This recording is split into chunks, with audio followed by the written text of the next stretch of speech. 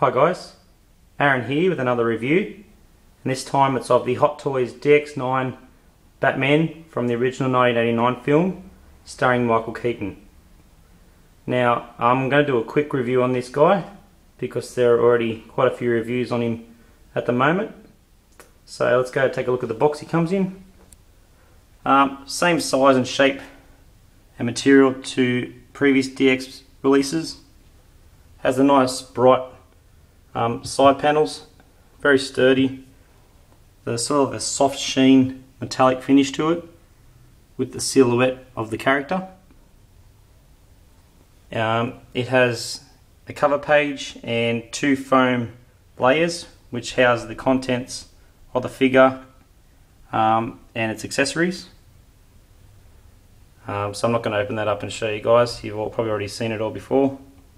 Here's the cover page here, that bright yellow again, and here we have a transparent bat signal which you can actually use on a torch to shine at the wall, which is quite a cool little feature to come up with and to add. Of course I bought this from a seller in Hong Kong. I was able to get the shopping bag with it, which is very large and very bright. It's a nice little sort of accessory to get with it. I think you get these when you purchase the figures from Toy Hunters, which is the Hot Toys store in Hong Kong. So I've got a few of these bags now, which is quite nice. And also when you get the box, as with all DXs, it comes with the brown shipper box from Hot Toys as well. Alright, accessories. I think we've been a little bit spoilt with a few DX figures, such as Indiana Jones and Jack Sparrow. I think we've got all we can get with this guy. Although a Bruce Wayne head sculpt would have been nice, but hopefully they release one of those or get the rights to it for the Batman Returns figure. Anyways, we've got the user guide there. We've got all these little gadgets and sort of weapons here. This is quite cool and interesting. It's the device he uses to escape the art gallery, which is very, very intricate and has almost like spring loaded in the middle there. I think these are his sort of gas darts here. You got the batarang, the cord, shurikens. It's like the grapple attachment. His little sort of like remote, which he voice controls his Batmobile. These two poles you use to have him displayed with his open wing look, which is very good. I do like the Batman Returns version though better, which opens up in sections and looks more like a the shape of like a bat's wing. So hopefully when they do that figure, it comes out with articulation in the actual cape. That'll be really good. He also gets two spare face sculpts, which are very, very accurate to Michael Keaton. You got one that's slightly opened and one that's further opened with blood and battle damage.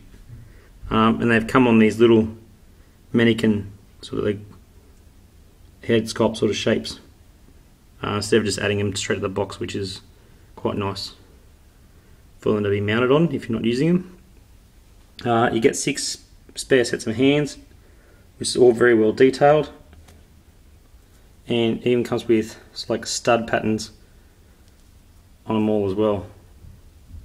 So quite a lot of detail on those.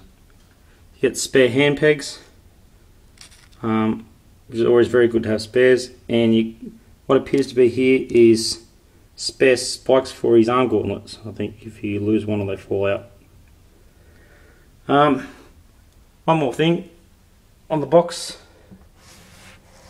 got a little slip here, advertisement of the Batmobile, which is coming out later in the year, which I can't wait to get. It'd be absolutely awesome to go with this figure.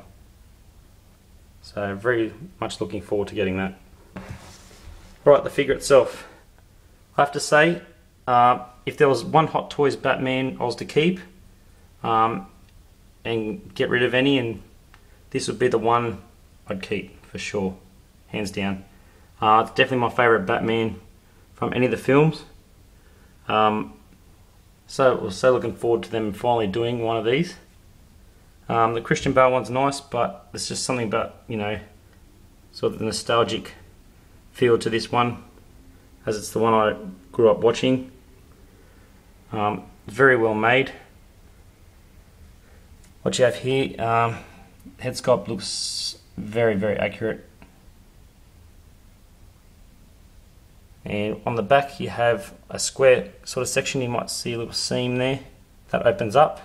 Pop that off and you have the PERS system, a little joystick to control his eyes.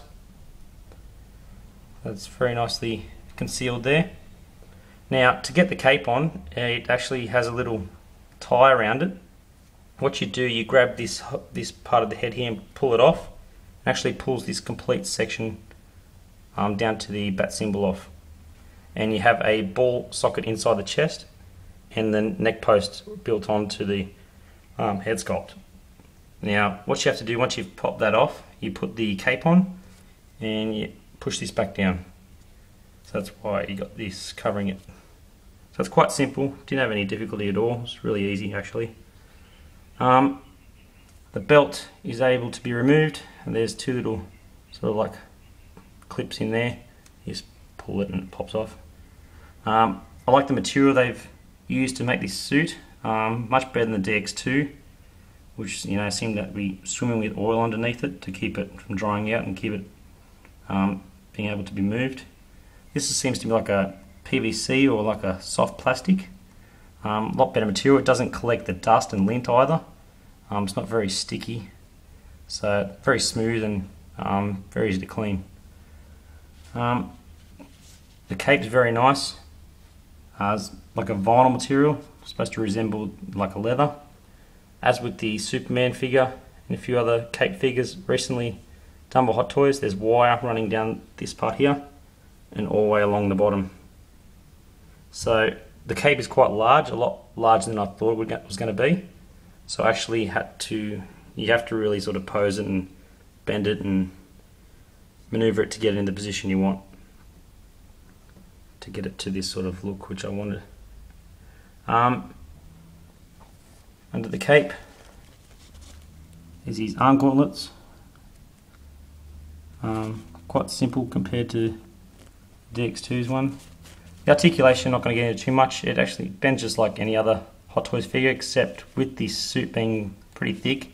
Once you do bend it, it might actually have, you know, sort of bend back slightly.